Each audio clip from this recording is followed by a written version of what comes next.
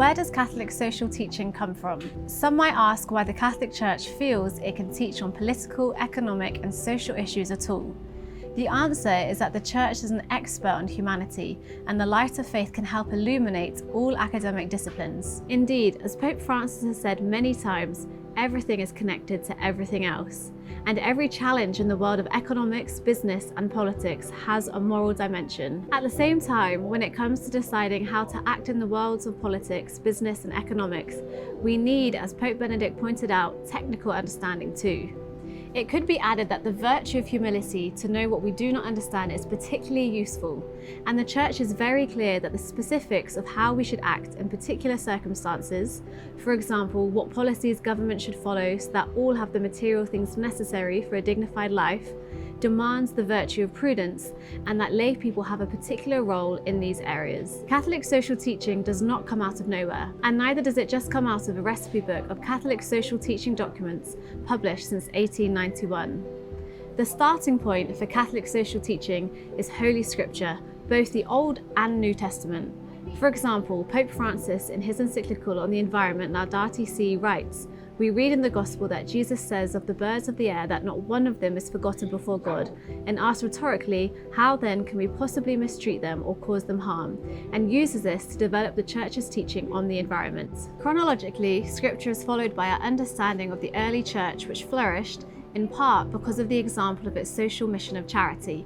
We can learn from how those communities lived, inspired by the teaching of Christ. Linked with this was the teaching of the early Church Fathers, or the patristics. The patristics include saints such as St. Ambrose and St. John Chrysostom. Modern Church teaching documents cite the Church Fathers just as they quote from Scripture. Moving on a few centuries, St. Thomas Aquinas' great work, Summa Theologica, has informed a great deal of Catholic social teaching, especially the early social encyclicals. Pope Francis quotes St. Thomas at an important point in Laudate Si, stating, "St. Thomas Aquinas wisely noted that multiplicity and variety come from the intention of the first agent, who willed that what was wanting to one in their representation of the divine goodness might be supplied by another, inasmuch as God's goodness could not be represented fittingly by any one creature." This insight from hundreds of years ago helps us understand both the dignity and complexity of creation. A few hundred years later, an important group of mainly Iberian thinkers followed St. Thomas's way of thinking and applied it to new social, economic, and political problems, especially those arising from the New World. The so-called late scholastics are often regarded as the first serious contributors to the development of modern economic theory. Contributions included increasing our understanding of the problem of inflation and the basis of human rights.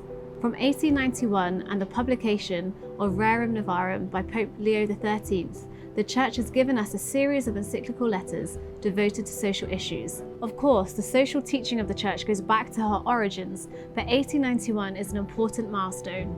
An encyclical is a letter addressed by the Pope, usually to the other Catholic bishops of the world, or in the case of many social encyclicals, to all people of goodwill. All encyclicals are written in the Pope's name, regardless of whether the Pope himself is the original author or whether there have been other drafters involved. In addition to these encyclicals, Catholic social teaching is presented in apostolic exhortations and apostolic letters, which are generally regarded as less authoritative. Furthermore, there is a wide range of other addresses, letters, and homilies that help us understand and interpret Catholic social teaching.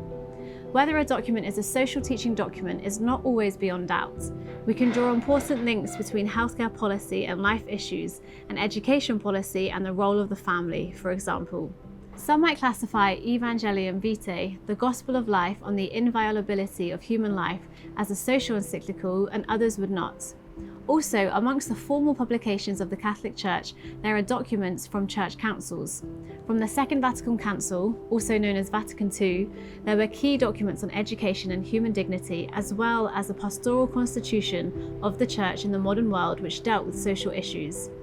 And finally, there are two foundational documents that summarize the Church's teaching.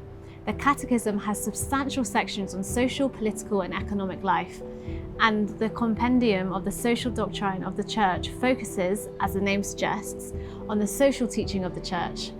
The Catechism carries particular authority. All these sources have been important influences on the tradition of Catholic social teaching. There are, of course, many other influences.